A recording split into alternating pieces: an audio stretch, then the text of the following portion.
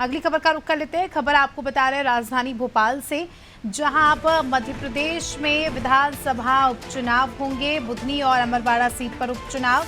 शिवराज सिंह के सांसद बनने से बुधनी सीट खाली हो गई है और अमरवाड़ा विधायक भी अब बीजेपी में शामिल हो गई है। तो उसके बाद से जो है उपचुनाव को लेकर लगातार जो है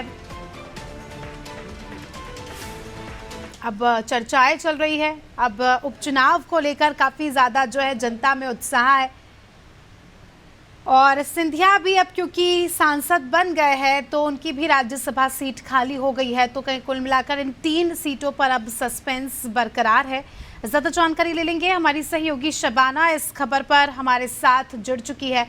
शबाना, लोकसभा चुनाव तो संपन्न हो गए, लेकिन अब एक और नया सस्पेंस, एक और नया चुनाव मध्य प्रदेश में होने वाला है। विदिशा और अमरवाड़ा सीट खाली हो गई है क्योंकि विदिशा से तो पूर्व मुख्यमंत्री शिवराज सिंह चौहान अब सांसद बन गए और अमरवाड़ा की भी जो विधायक थी वो अब बीजेपी में शामिल हो गई है। तो अब इन दोनों सीटों पर उपचुनाव होंगे। इसके अलावा अगर हम बात करें तो ज्योतिरादित्य सिंधिया की राज्यसभा सीट भी खाली हो गई है।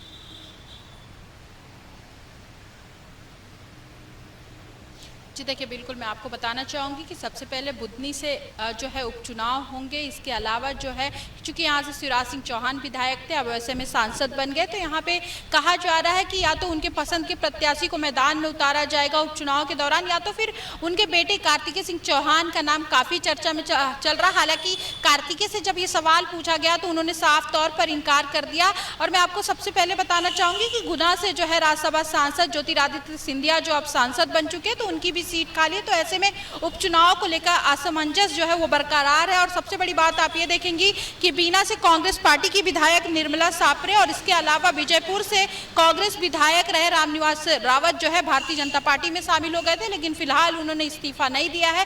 तो ऐसे में इन सीटों को लेकर भी मध्य प्रदेश में काफी चर्चा। हालांकि उपचुनाव को लेकर अभी कोई डिसीजन नहीं लिया गया है, लेकिन कहीं ना कहीं इन सीटों पर उपचुनाव इसलिए भी होंगे क्योंकि यहाँ के प्रत्याशी दूसरे ओहदे पर पहुंच चुके हैं। तो ऐसे में कौन सी पार्टी किस पे भरोसा जताएगी वो देखना होगा। हालांकि उपचुनाव जो है वो जल्द से जल्द कराने की यहाँ पर कोशिश की जाएगी।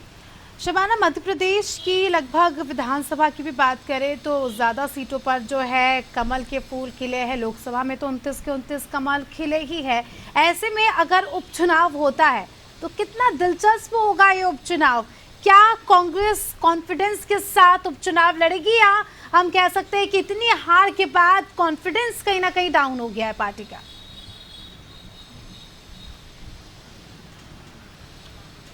जी देखिए, बिल्कुल मैं आपको बताना चाहूँगी कि बीना और विजयपुर की अगर मैं बात करूँ तो यहाँ से रामनिवास रावत और निर्मला सापरे को कांग्रेस पार्टी ने मैदान में उतारा था। हालांकि अब वो भारतीय जनता पार्टी में शामिल हो गए। तो कांग्रेस यहाँ पर ये दिखाने की कोशिश करेगी कि हमने जिन प्रत्याशी को मैदान में उतारा था उन्होंने हमें धोखा दे दिया। तो कहीं ना कहीं इमोशनली कार्ड खेलने की मध्य प्रदेश में कांग्रेस कोशिश करेगी और जिस तरीके से लोकसभा चुनाव में कांग्रेस का प्रदर्शन रहा वो यहाँ पर दिखाने की कोशिश करेगी कि अब जनता हमको केंद्र में भी पसंद करने लगी है। धीरे धीरे करके हम लोगों के मन में आ चुके हैं। और लगातार आप ये देखेंगी कि राहुल गांधी की गारंटियों को लेकर किस तरीके से कांग्रेस पार्टी मैदान में उतरी थी, तो ये दिखाने की यहाँ पे कोशिश की जाएगी। हालांकि उपचुनाव में कांग्रेस पार्टी इसलिए मजबूत स्थिति में उतरेगी, इसलिए कॉन्फिडेंट स्थिति में उतरेगी क्योंकि केंद्र में इस बार कांग्रेस पार्टी का और इंडिया गठबंधन का अच्छा प्रदर्शन देखने को मिला है। बिल्कुल, अब ये देखना दिलचस्प होगा कि उपचुनाव में क्या कुछ स्थिति हमें नजर आती है। बने रहिए हमारे साथ शबाना, जल्दी आपका रुख करेंगे।